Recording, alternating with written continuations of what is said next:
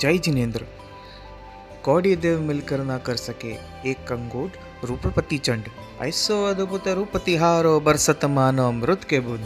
जय जय जय जय पास जिणन अंतरिक्ष प्रभु त्रिभुवन तारण, भाविक कमल उल्लास दिणन। इस काव्य स्तवना की रचना मुनिराज श्री यशोविजय जी महाराज साहब ने आज से 350 साल पहले की थी। उन्होंने इस स्तवना को श्री अंतरिक्ष पार्श्वनाथ प्रभु को समर्पित किया है। इसकी श्रवणा के बाद आप सब यही सोच रहे होंगे कि अंतरिक्ष पार्श्वनाथ प्रभु की प्रतिमा जी कितनी मनमोहक और सुंदर होगी कि मुनिराज ने ऐसे सुंदर शब्दों से अपने मन के भाव को प्रकट किया है। आप में से कई यह भी सोच रहे होंगे कि पार्श्वनाथ भगवान के इस रूप के बारे में वे बहुत ही कम जानकारी रखते हैं। आप सभी के आतुरता और जिज्ञासा भरे इन प्रश्नों का उत्तर देने आए हैं हम आज। तो चलिए आज का जिन ज्ञान सत्र की शुरुआत भगवान अंतरिक्ष पार्श्वनाथ के इतिहास से करते हैं। श्री अंतरिक्ष पार्श्वनाथ भगवान का इतिहास बहुत ही प्राचीन और रोचक है। यह श्री मुनीश्वर स्वामी जी के समय काल की है।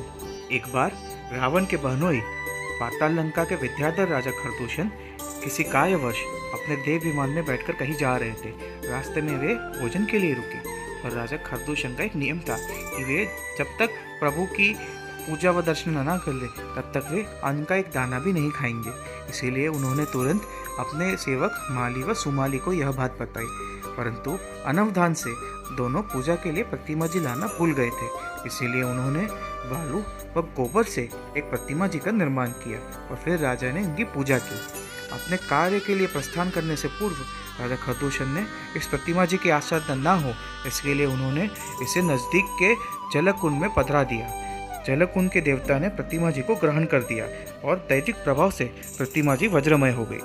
शताब्दियों तक पार्श्व प्रभु की प्रतिमा जी जलकुंड में देवों द्वारा पूजित व अदृश्य रही। विक्रम संवत 1142 में एक चमत्कारी घटना घटी। इस काल में अचलपुर के राजा श्रीपाल को कर्मयोग से कुष्ठ रोग की बीमारी हुई थी। एक दिन वे किसी कारणवश कहीं प्रस्थान कर रहे थे। रास्ते में वे उसी जलकुंड के पास विश्राम हेतु रुके जहाँ राजा खरदूषण ने प्रतिमा जी पधराई थी। उन्होंने इस जलकुंड के जल का उपयोग किया वह अपने कार्य हेतु आगे प्रस्थान हुए। देखते ही देखते राजा के कुष्ठ रोग का निवारण हुआ। इस चमत्कारी घटना का विवरण उन्होंने अपनी रानी से किया। वह दोनों इस घटना पर चिंतन विवरण करने लगे। उस रात्रि उन्हें स्वप्न में धनेन्द्र देव द्वारा उस जलकुंड में पार्श्व प्रभु की प्राचीन प्रतिमा होने का संकेत मिला। राजा ने उस जलकुंड के पास जाकर धनेन्द्र देव की आराधना की। वह देव प्रकट हुए। देव ने जलकुंड के रहस्य की जानकारी दी। यह जानकर राजा ने 7 दिन घोर तपस्या की। वह देव से मूर्ति ले जाने की अनुमति मांगी। देव प्रसन्न हुए और उन्होंने राजा को मूर्ति ले जाने की अनुमति दी व मूर्ति ले जाने के नियम भी बताए। धनेन्द्र देव की सूचना अनुसार सूत के तंतु से बनी पालकी में प्रभु की प्रतिमा जी देव से प्राप्त हुई और घास के तिनके से बनी बैलगाड़ी में राजा ने उन्हें विराजित किया। बैलगाड़ी में 7 दिन के वाछड़े को जोड़ के प्रभु का अचलपुर की ओर प्रयाण हुआ। देव ने यह सूचना दी थी कि यदि राजा पीछे मुड़कर देखेंगे तो प्रतिमा जी वहीं स्थिर हो जाएगी।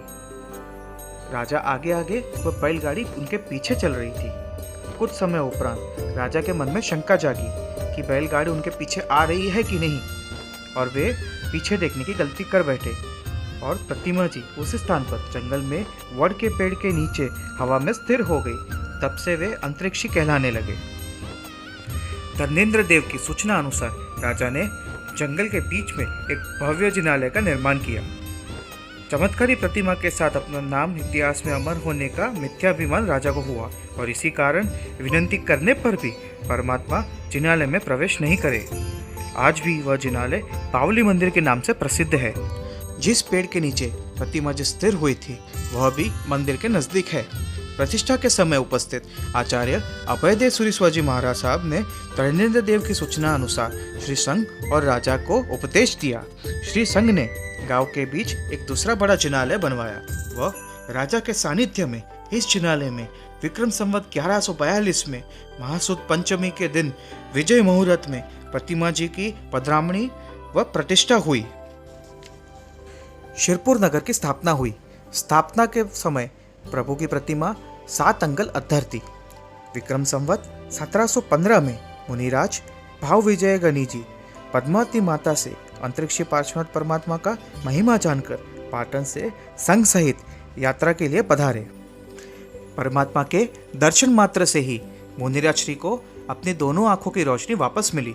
इससे प्रभावित होकर और पद्मावती माता के सूचना अनुसार मुनिराज श्री ने इस जिनालय का जीर्णोद्धार करवाया और विक्रम संवत 1715 में चैत्र शुक्ल पंचमी के दिन पुनः अंतरिक्षीय पार्श्वनाथ भगवान की प्रतिष्ठा करवाई।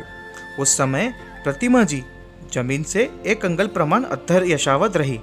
काल के प्रभाव से बाएं किनारे पर नहिवंत बिंदु मात्र भाग का स्पर्श हुआ नजर आता है, परंतु आज भी प्रतिमा जी के नीचे से अंगुष्ठा पसार हो जाता है। यह थी श्री अंतरिक्षीय पार्श्वनाथ भगवान की चमत्कारी व रोचक कहानी। यहाँ आज भी चमत्कार होते रहते हैं। उम्मीद है कि आपको आज का यह जीन ज्ञान सत्र पसंद आया होगा व इस तीर्थ की यात्रा करने की भावना जागी होगी।